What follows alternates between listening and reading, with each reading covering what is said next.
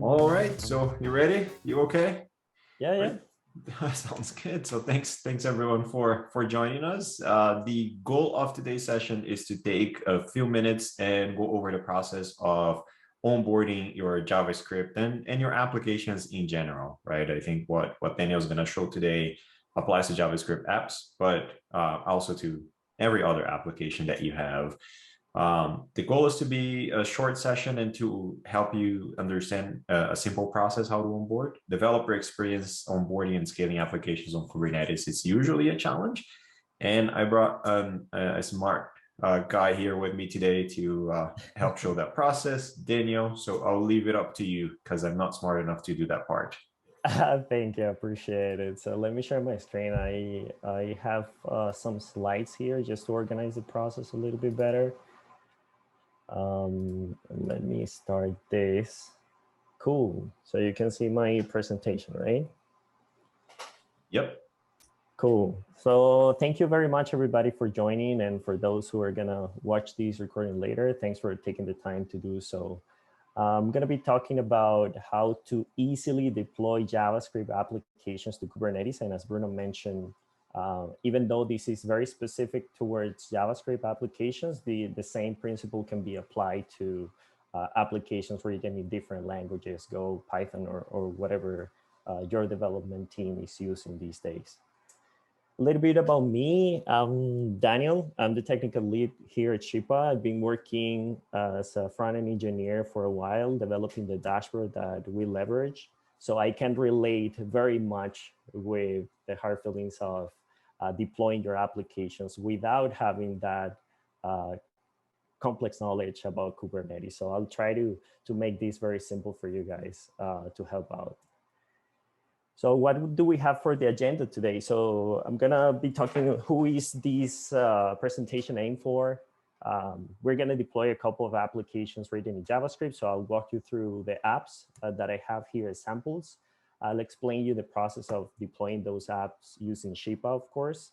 We're gonna have some comments in regards to how to prepare container image for JavaScript applications. And we will talk a little bit about post-deployment observability, one of the most important features that Shipa brings to developers these days. And of course, we'll do a demo. That's the most important thing. So just to get started, who is this aimed for? This is aimed for any developer out there, JavaScript or not, who doesn't have or have basic knowledge of Kubernetes and wants to deploy their application in a Kubernetes cluster. Maybe you're used to deploying to an EC2 node, a serverless function or something around that. And based on the current challenges of the industry, you are required to now start deploying to a Kubernetes cluster. So how do you digest that? Let's walk through the apps that we will be talking about. We'll be deploying two applications. One is called Movies. Another one is a calculator, basic applications, very contrived, but it serves the purpose of this presentation. The tech stack of the movie ones, this is basically an API that fetches some data from a database. It's written in Node.js and Express, so it's a server-side application. And then we have a calculator written entirely in React.js. It's a purely client-side application. So I, on purpose, wanted to deploy these two apps just to give an idea of, for developers out there in those two different spaces of how to achieve that. With different principles, there are a couple of ways we can do that, but I'll walk you through this process. Both applications are available in my personal repository in this link that you guys see here. I'm not the original author of them. I just took an example from them and added a couple of adjustments to be able to deploy these applications. The calculator one actually is one of the official demos that the React team has posted as part of the documentation. So I took the opportunity of grabbing that and preparing a Docker image basically to be able to do the deployment. So, all right, yeah, I have my applications, I have my source code. How do I deploy to Kubernetes? Why do we say that it's easy to do so with Shipa? yeah, deploying with Shippa is very easy. Shippa is a cloud native platform that allows you to do deployments, offers a great developer experience, and offer controls to platform engineers to oversee policies and infrastructure and so on. But in terms of the deployment themselves, uh, there are 7 easy steps that we can take if you're a fresh engineer, let's say, and you have your source code ready. Basically, the step 1, build your application. Probably you're used to running npm start, yarn start, running your application locally, checking all your logic, that the state is right, that everything is working correctly. So after that, what happens? To deploy to Kubernetes, you basically need a container image. The most popular format out there is Docker. So you will need to have a Docker file that is able to build that container image that will be needed by Kubernetes to be able to complete the deployment. The sample applications that I have prepared, we'll show you that in a minute. They already have a Docker file, and we will have a couple of comments around that area, just things that I know might be confusing for JavaScript developers, especially when starting fresh in this concept of Docker file. Basically, you get your Docker file, you build your Docker image, you push your image to a registry. It doesn't need to be Docker Hub. Docker Hub is just one of them. So the image is either publicly or privately available somewhere. And then basically using Shipper Cloud, you can log into Shipper Cloud, create a free account, assuming you have a cluster connected in a framework, which are concepts that were explained during the demo. You can just create an application, deploy your app with the image we just created in the first 4 steps, and that's it. And then you get to enjoy. No need to work towards Kubernetes or know how to write a deployment or a stateful set or any of those concepts. So if I understood it correct, like the prepare your source code, that's my job, right? As a developer, that's what I'm doing every day. That's right. The Docker file, even though may be something new for some folks, but it's been there for some time. I think most folks have kind of boarded on that, building my Docker image and pushing so on. So most of the steps that you're going to do today is something that I'm used right now, right? And the parts that you're going to be talking about kind of doesn't involve me as a developer having to learn, like you said, deployment sets, service, ingress, and all that stuff that Kubernetes exposed as infra. So I get a bunch in terms of I can just deploy faster. Is that right? That's 100% correct. I mentioned these initial 4 points just to get everybody kind of on the same page. Yep, most of the people already accomplished the first step. So you're looking towards working on the last part. But yeah, it's just for everybody to know. The only thing you need, basically, a container image. After that, you can get to connect or create an account on Shipper Cloud, create your application, and then you're ready to start deploying. So yeah, the process there, it's very easy to follow. It's very straightforward. Nice, thanks. So a couple of pointers towards preparing a container image. As I mentioned before, I'm assuming that most of people already have a strategy towards creating a container image, but just to mention a few points here. Again, the most popular, especially for those developers just starting fresh on JavaScript, the most popular format is Docker. The prerequisite for creating a Docker image is basically having Docker installed in your computer and then adding a Docker file, which might be tricky at first. So what I would recommend is to follow what others are doing, check out a couple of repos out there, see how they are creating their Docker images, see what the strategy is depending on your technical stack, either if you are using Vue.js or React or Angular or any of the current JavaScript libraries. And once you have that container image, basically we're ready to start with our deployments. And some of the common challenges that I see, especially on JavaScript land, is involves people really understanding what a client-side application really is. A client-side application is just a bunch of static files bundled or compiled with all the technologies that we have around, Webpack, ES modules, or so on. But they require a web server to basically serve those files. So you can use Node.js, Nginx, or any web server available there. As long as you have that, you can serve your application and everything should be fine. Another challenge that I see out there is the environment variable management, because again, as client-side applications are just static files, the concept of environment variables is not really there. So React uses just tricks to inject the environment variables into the source code, so they are just available there, but it's not like a web server language like Node.js, where you do have no environment variables. So it's important for the developer to really understand how these concepts work, so they don't get confused at the time of creating the container image, and then how that might disrupt the deployment process. And as you deploy, do I need as a developer to know how to configure the web server Nginx on Kubernetes and environment variables, or this is going to be abstracted for me and I'm just going to pass like what I really need, for example? So it will depend on the application, of course, the source code that you're handling. In our first case, the movie application, and I'll walk people through the project quickly. We do need to specify some environment variables because we want to connect to an external database. So in that case, I need to somehow tell my application, where is that database located? What's the name of the database? Who is the user? What's the password, and so on. So my application can basically start fetching data.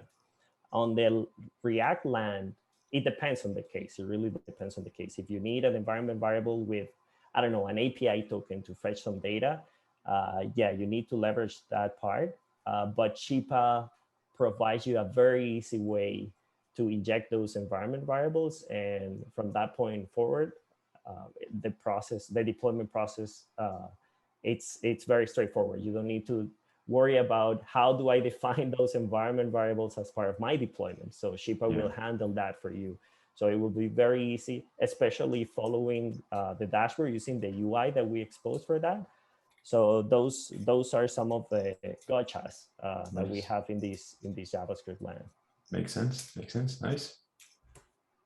And afterwards, so okay, I already followed these steps. I deploy my application. Afterwards, me as a developer, how can I check the logs of my application? How can I guarantee that my application is running? I don't know Kubernetes. I don't have access to the cluster. So how do I know if it's running or not? So Shipa specializes in providing you a very visible way of consuming this information, provides metrics in which you can see the resource consumption of the containers themselves. You can see an app history to know how many times have you deployed the application, who and when did you add environment variables, config files, and so on, CNAMEs, and other bunch of properties. So you get a timeline of what is happening with your applications. You can see immediately the status of the app, whether it's running, if there is an error, if it is in idle state, and so on. So Shipa gives you that post-deployment observability. So, okay, you deployed your application, now you get to see what is happening, and then you have a further control without the need of recurring to your pal on the DevOps team to take care of that and controlling how the logs look like and so on. You as a JavaScript developer, no understanding on Kubernetes, using Shipa, you get this out of the box. So this is an awesome developer experience. So cool. Let's jump into the demo time. That's the fun part, right? So let's start by walking you guys through what the applications are. So this is the source code. It's very simple. Again, the repo is there. We'll post it as part of the recording. On the left side, I have my calculator. It's just a React project. As you guys can see, there is one component, and the component has some logic. Very common in terms of React.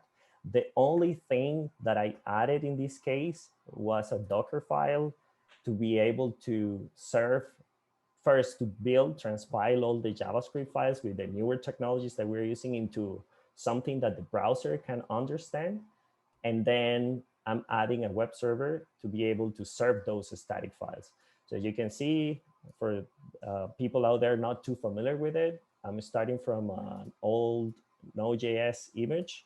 I'm just copying my package.json file that contains all the dependencies of what needs to be installed and what not. I'm running yarn install, installing all the dependencies, building the project to make sure all the files are there. And once I have my bundle of files, I'm using, in this case, I use two different approaches for each app on purpose, so you guys can see two different alternatives. I'm using Nginx in this case. I'm removing anything that exists in the default folder that Nginx exposes the files to.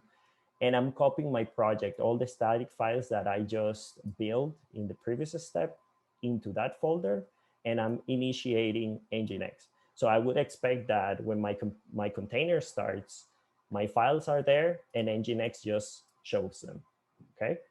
As you guys can see, there is no Nginx config file. There is nothing weird happening. There is nothing else I needed to do. I just needed to figure out a way to create my Docker file, and that's it. So after that, in terms of the developer, what did I needed to do? So I'm here in my project. I just needed to do basically a Docker build my image. I tag it to have a name assigned for that application. I already did this process, so I'm not gonna repeat it. And the only thing I had to do is push that image to my Docker Hub registry. So if I go to my Docker Hub account, you guys can see that I have here my React calculator. So the image exists, is somewhere located in some kind of collection of images, in this case from Docker. It can be Artifact, it can be JFrog. There are many providers out there. In this particular case, I have it there. And I have my container image. That's the application number one. For the application number two, this is just a Node.js application, a Node.js server that has some dependencies. Again, the only thing I had to do with this project was also to create a Docker image. In this case, is simpler because Node.js by default can leverage web servers. So this is just a Node.js image. Again, this is an old version, but anyways, bear with me.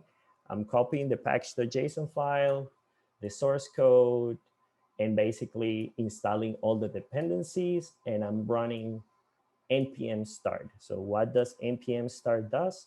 It basically starts running Node in my index file. My index file is the starting of my web server. So as you guys can see, I would expect that when I deploy my image, I should start seeing these console logs, and basically my server should start. So, all right, it seems that that's the step. That's kind of the first steps in our 7-step process of deploying an application. So this is something that you should have on your side, on your project. You figure this out. So now, how do I get from here to my Kubernetes cluster?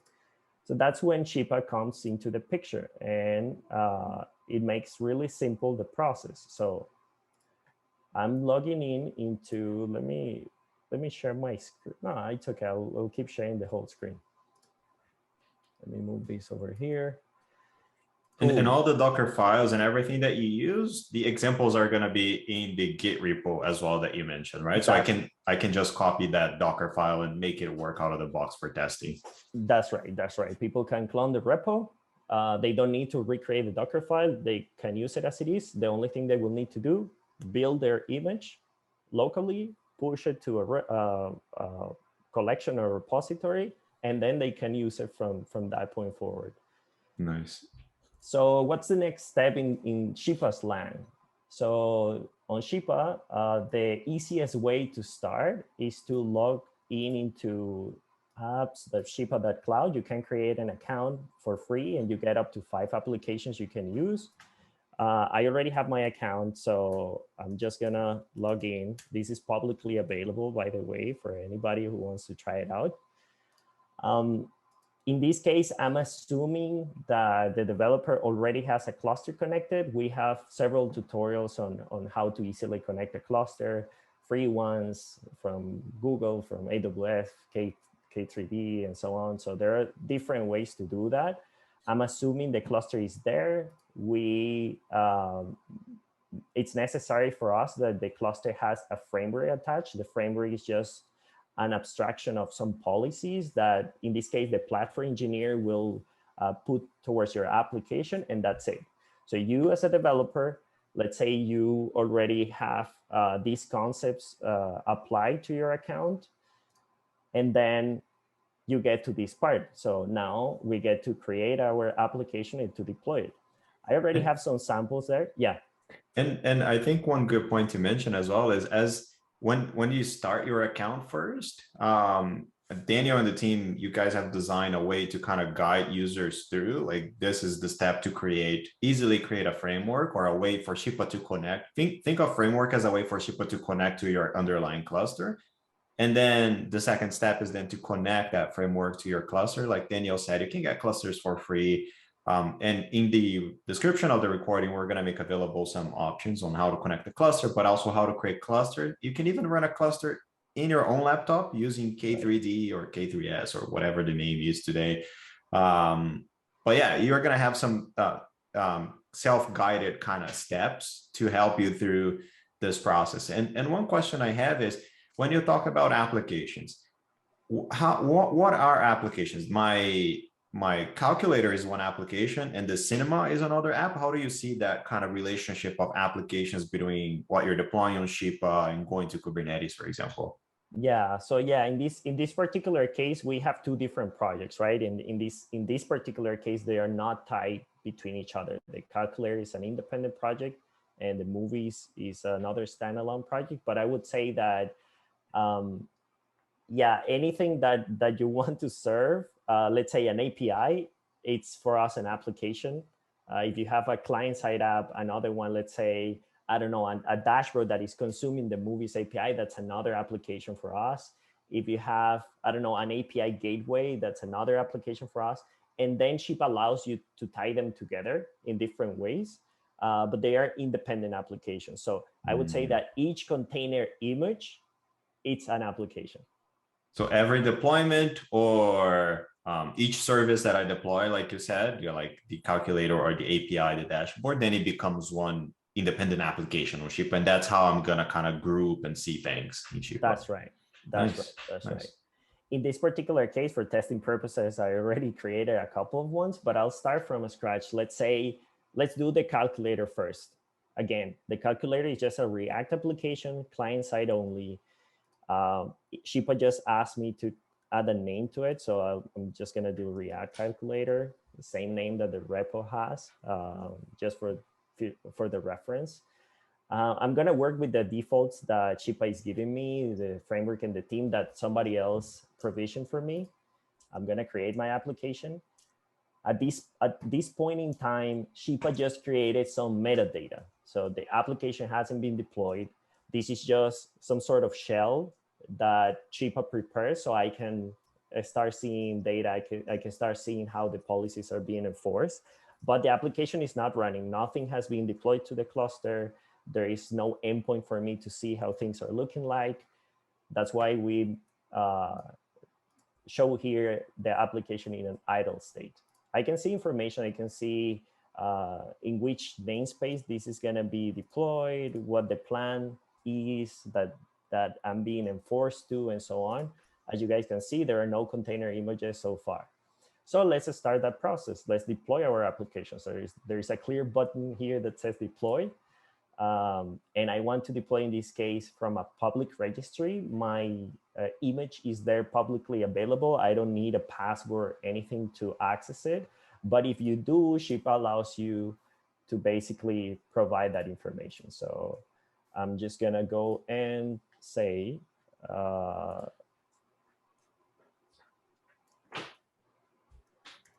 docker.io, that's the kind of the path that Docker chose. And this is my image React calculator. So I'm just going to start deploying that. That's all I needed to do, a few clicks. Shippa starts creating under the hood all the resources that the cluster will need to basically make this application available. We can follow what is happening in the events page. So Shippa gives you some visibility of what's happening. So this is the event where my application is being deployed, the React calculator. If I check that out, the process already finished successfully. There are some logs that tells me basically what happened. And if I go back to my applications page and I look for my React calculator, I can see that the application is already running. So two questions for you there yeah, on the deployment piece. For example, in your Docker Hub, you have there the Ishigarai React calculator. But the path that you put there for the image, how do you know that you need to put Docker IO, just so I kind of understand, just so I don't copy exactly that and put it there? How do I find that? Or what's the kind of usual path that you see for at least Docker Hub hosted images? right. So one way you can do that, every time you push an image to a repo, let's say this React calculator, let me stop the process here. Docker immediately tells you where is the actual link where the image is going to be hosted.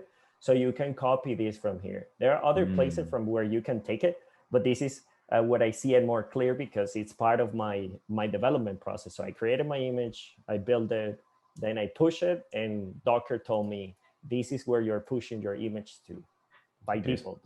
So I gotta be careful. So I entered the kind of fully qualified path to my image, which right. Docker Hub seems to be docker.io / then my repo plus image name in that case. Correct. That's right. So in my particular case, I already have an account on Docker Hub with this name. So every image that I post, this is kind of the base name of that image. So it's going to be that / any name of image that I gave it to it. So nice. That's how at least Docker works. Of course, there are different registries out there because we support several. There is no way for us to infer that without the docker.io, this image is coming from Docker or that we need to pull it from Docker. So that's why, it's very important that the user provides the exact path that the registry requires. Okay. So good. So the deployment succeeded. And what happened? So I can see my application is running, and something crazy about Shippa, crazily good, is that Shippa gives you an endpoint where you can immediately test how your application looks like. Ooh, nice. And then you can see that the application is running, and this is basically the calculator, as you can see. It's fully functional and so on, so you guys can play around with it and so on. Very advanced. Yeah, again, from Shippa perspective, this application is already running on that cluster with all the objects that were necessary to basically put it from a Docker image to an actual running state. So there are pods in the Kubernetes LAN already hosting that application, running that application. So my application is there from Shippa. Then you get the post-deployment observability that we mentioned before. So you get this transaction page where things will start getting populated as we start consuming data from there. The resource, how are they being consumed and so on. You can actually see, geographically speaking, based on the cluster, where your application is living. So you're aware of this kind of information. And the life cycle. So far, I just created the application and I deployed one time. If I keep doing deployments because I tweaked my code, I created a new a container image and so on, I will start seeing more events popping up in here. If I add an environment variables, I would see it here. So I can get a very specific control of the history of my application. So at this point, I don't know anything about Kubernetes ingress controllers or Kubernetes definitions, services. I don't need to be worried about that because you said Shippa gives me all that. But now if I need to support my application, I see some of the logs there. How can I get logs for my application? Is there like on demand or live logs is one thing? Yeah. And if there are problems with my application, how do I see those on-demand logs? And second, how do I understand like what my application is in the cluster? Because then Kubernetes makes that whole bunch of objects. How do I make sense of what is what and how it's related to my app? Right. A wonderful question. So answering the last one first, because we're here to avoid jumping to a different screen.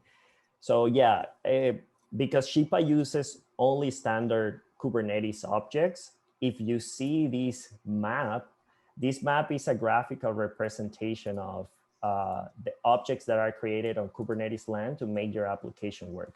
So you can see that I have pods here. This is the pod where my application is running. I have a service, I have an ingress. All of these objects were created automatically by Shipa and hooked up together so I can expose the service. So there are a bunch of Kubernetes concepts that are happening behind the scenes. I, as a developer, don't need to worry about that. Shipa takes care of it. But if I wanted to make sense of it and start learning Kubernetes, this is a good starting point for you to see, okay, why do I need a pod? Why do I need a service and an ingress? What's that? And then you can start making this mental map of what needs to be done to deploy an application. And then it's like a reverse engineering process. So you can start making sense of all these concepts. But on the day-to-day basis, if you want to deploy again another application, you don't need to tweak all these files manually. You just do another Shipa deployment and the application will basically be running there with the newer version. And if I'm working with a team as well, and then I onboard a new team member, or if more people are using or gonna look at the app that I'm deploying, then I can use all that information to give them so they can understand exactly what my application is and the performance. And it makes easier for me to work as a team in my development environment. Is that right? Do you think that's right? That's right. Absolutely. Absolutely. Nice. And coming back to the original question, how do you debug your application if there is something happening? There is a chance that if something went wrong, this will not be in the running state. It will be on an error state. Or in this case, because this is a client-side application, there's no much interaction that can really happen internally. But in the case of an API or another type of application, yeah, as you click here and there, you might start getting logs. Right now in the dashboard, we don't show that information. So you will need to access Shipa CLI. There are instructions in our learning page on how to install it. It's very straightforward. I have it installed here. You guys can see that if I run Shipa version, I get the version of Shipa I'm running. So I have the command line installed. You can point. So the way this works, you need to point to a specific targets to be able to communicate with the API that is behind it. So in this case, Shipa Cloud has this specific target. So to start, let's say the up and running process, I just need to add that target add. I can assign a name to it. I can call it, let's say, Shipa Cloud, and I can just copy this target here, paste it, enter, and Shipa will, the target will be added. So Shipa will start communicating with that. Now, afterwards, you need to authenticate in the same way that you did with the dashboard, you need to do it with the CLI. So in this case, I'm connected right now to the same Shipa Cloud target. So I'm just gonna do Shipa login, the same user I'm using. I'm gonna enter my password. I'm logged in. Let's double check that I'm in the right place. So if I do Shipa app list, I should see the exact same information that I have on the dashboard. So API gateway, calculator, movies, and so on. Good. So in here, there is a command, Shipa app log, that allows me to see the logs of my application, the one that I just deployed. So calculator. So I do this and I can see the logs. These logs are coming from Nginx in this particular case. So every time I hit the endpoint, if Nginx needs generated some logs, I will see it in this way. If my application, and we'll see it with the movies example, is printing logs based on different process you're doing, you will get those logs. So it's easy then to see, okay, you get an error on the dashboard, then you can jump into the Shipa CLI, Shipa app log, and see, okay, did something happen? What happened? And then you can see the error, and then you can start working towards fixing that. Nice. So in any ways, I can access what my application is, and then everyone in my team can see it. And if there is a problem, I can get the logs, the live, quote unquote, live logs from there, all again, without me having to know kubectl and Kubernetes and how to kind of query the objects and describe the log. So I have all the information centralized that I need to troubleshoot and operate my app, basically. Absolutely. Shipa leverage a great user experience because me as a developer, I just use Shipa to deploy my application. I don't even know what object produces logs. I don't even know how do I get there? First of all, you will need access to the cluster. Maybe the platform engineers, they don't want to give me access to the cluster. Right. So this is a great example of, I don't know, I don't even use kubectl. I don't have access to the cluster. I just have access to my own application because I own it. I can troubleshoot it. I can do everything by myself. And by running Shipa log, I get what a platform engineer will give you if they go to the cluster, kubectl logs, the pod name, and so on. So a bunch of concepts that I will need to understand, learn, just to get to the point where I can see just one log. So that's the magic behind Shipa. That's the power that we leverage. Nice, thank you. Cool. So last but not least, I know we have a short time, but I'll deploy another application. The second one I mentioned during the slides, the Movies app. I created that one already because it has some sensitive information in the environment variables. So I added 2 environment variables but for the sake of the demo, I'm gonna add 2 more. So I added the password of the database I'm gonna connect to in the user. I made that information private, but I want to add new environment variables, and these ones, let's say, are public, so I don't care if they're visible. And my DB name is movies. So I will add those environment variables. They will be injected to the application during the starting of the container. And again, at this point, nothing has been deployed. If I check the lifecycle, I just created an application. I added environment variables. The first time, the private ones that I didn't show, and now the second time. And you guys can see it says who did it, when the person did it, and so on. So I have full control of what is happening and when. So if any developer later wants to come in, or a DevOps person to support, or SRE, whoever supports the app, they can see exactly who did what and when, and the log associated. That's right. That's nice. Right. Nice. And again, at this point in time, the application hasn't been deployed the first time, so I don't have an endpoint. I don't have the application either in running on error state. And in fact, if I check the logs, I shouldn't see anything. So if I do movies, I can see that I just set the environment variables. That's it. Nothing else. But it's at least it's good that I get even that activity that you made, I get it as part of the log. So later, if I need to go back from a log perspective, I can see that as well. That's right. That's right. Yes. So then I'm going to deploy, and that image is Docker.io is the same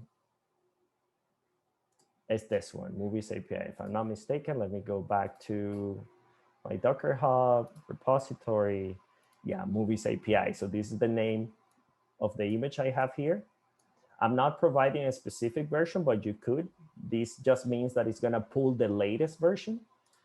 And I already have my environment variables. That's all from an application, a source code perspective. I know my application. Me as a JavaScript developer, I have my source code. The source code is expecting environment variables. That's it. So I'm going to deploy this application. It takes a few seconds again, as you guys saw. And when the process finishes, let me start preparing here the command to check the logs, because this application, if I'm not mistaken, it starts printing information even during start without me accessing any endpoint or anything like it. It prints out that connecting to the database and so on, basically to make it easier to debug. So the application, it's running. Now, because the deployment succeeded, I get to see an endpoint, and it says that it's running. So I'm going to check the logs. And I can see this is purely JavaScript logs, right? So it says npm. Yeah, this is the command that started my server.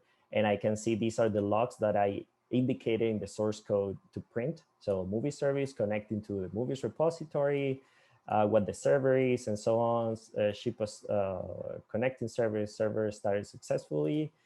So if I click here and I check specifically the endpoints that I have available in my code. So I have an endpoint /movies ID. So if I check those, I should see data. So if I go here and says movies, I fetch the API. The API connects to the database, brings the data up, and then shows me the data. So I get out of the box a fully kind of connected API, all routed, all the objects are there, and I can access that. Let's say the other endpoint was, I think, providing an ID. I think the ID of this of one of the movies is one. There you go. Another fetching another piece of information. If I keep doing this multiple times, then I will start generating traffic and I will start seeing this in the transactions page and so on after a few seconds.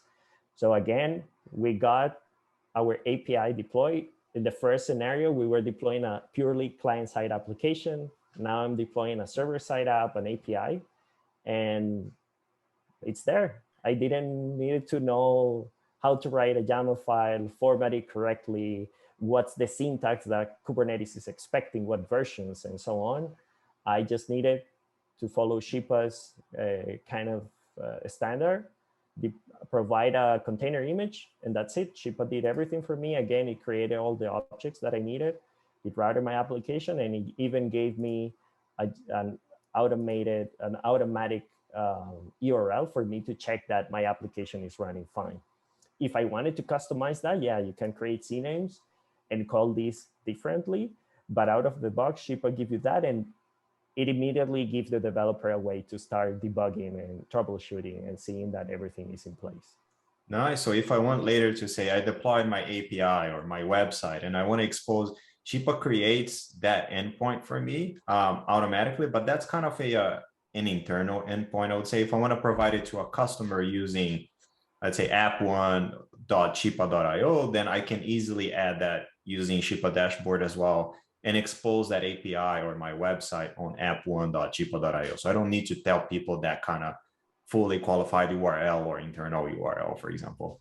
Right. In our documentation, we have specifically how to set up CNAMEs, the full cycle, let's say. But yeah, from the application perspective, you can go here, CNAME management model window, and you can add a CNAME and specify if it is HTTPS, if it is just HTTP, provide a specific CNAME, and that's it. Shipa will do the rest of the work on the cluster side for this domain to be kind of tied to that specific application.